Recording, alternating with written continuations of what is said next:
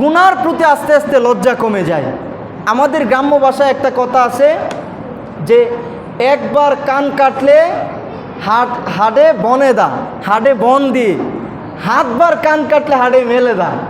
অর্থাৎ প্রথমবার যখন কান কাটে সে বন দিয়ে যায়, লজ্জা লাগে, কিন্তু বারবার যখন তার কান কাটে, বারবার যখন সে গুনাহ করতেই থাকে, মানুষের সাথে খারাপ কাজ করতেই থাকে, তখন তার বিবেক নষ্ট হয়ে যায়, তার লজ্জা নষ্ট হয়ে যায়, তখন সে আরও বেশি করে গুনাহ করে। গুনারে আর গুনাই মনে হয় না, খারাপ কাজে মনে হয় না। আর যার লজ্জা নষ্ট হয়ে যায়, আল্লাহর হাবিব বলে তার ঈমানও চলে গেছে, সে বেঈমান হয়ে মারা যাবে। লজ্জা হলো ঈমানের একটা অঙ্গ, লজ্জা হলো ঈমানের গুরুত্বপূর্ণ একটা আলামত। ঈমানদারের লজ্জা বেশি থাকে।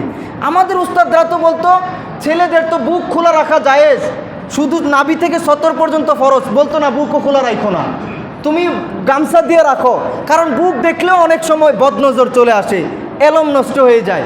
এভাবে আমাদেরকে বুক পর্যন্ত ঢেকে রাখতে শিখাইতো। শুধু এটা না, উদাহরণস্বরূপ বললাম, এভাবে ঈমানদারের লজ্জা থাকে অনেক বেশি, কিন্তু বেঈমানের লজ্জা থাকে না। এজন্য আল্লাহর হাবিব বলতেন আল হায়াউ শাউবাতুম মিনাল ঈমান, লজ্জা হলো ঈমানের একটা অঙ্গ। আল্লাহ আমাদেরকে লজ্জাশীল হওয়ার তৌফিক দান করুন। নির্লজ্জ হয়ে যাওয়া যাবে না। এখন দেখেন না, মানুষ বউ নিয়ে টিকটক করে, বউয়ের অ্যাডভার্টাইজের, বউয়ের বাজারের বস্তু বানায় ফেলছে, লজ্জা উঠে গেছে। বউয়ের সাথে সে কীরকম আড্ডা দিয়েছে, কি করছে না করছে, এটা বন্ধুদের কাছে বলে। এর চাইতে নির্লজ্জ, এর চাইতে নিমক হারাম, এর চাইতে কম আকলওয়ালা লোক আর হতে পারে? লজ্জা ঈমানের আলামত। আপনার লজ্জা থাকতে হবে। আপনি বউয়ের সাথে কি আড্ডা দিবেন, কি করবেন না করবেন, এটা বন্ধুদের সাথে বলার বিষয় না।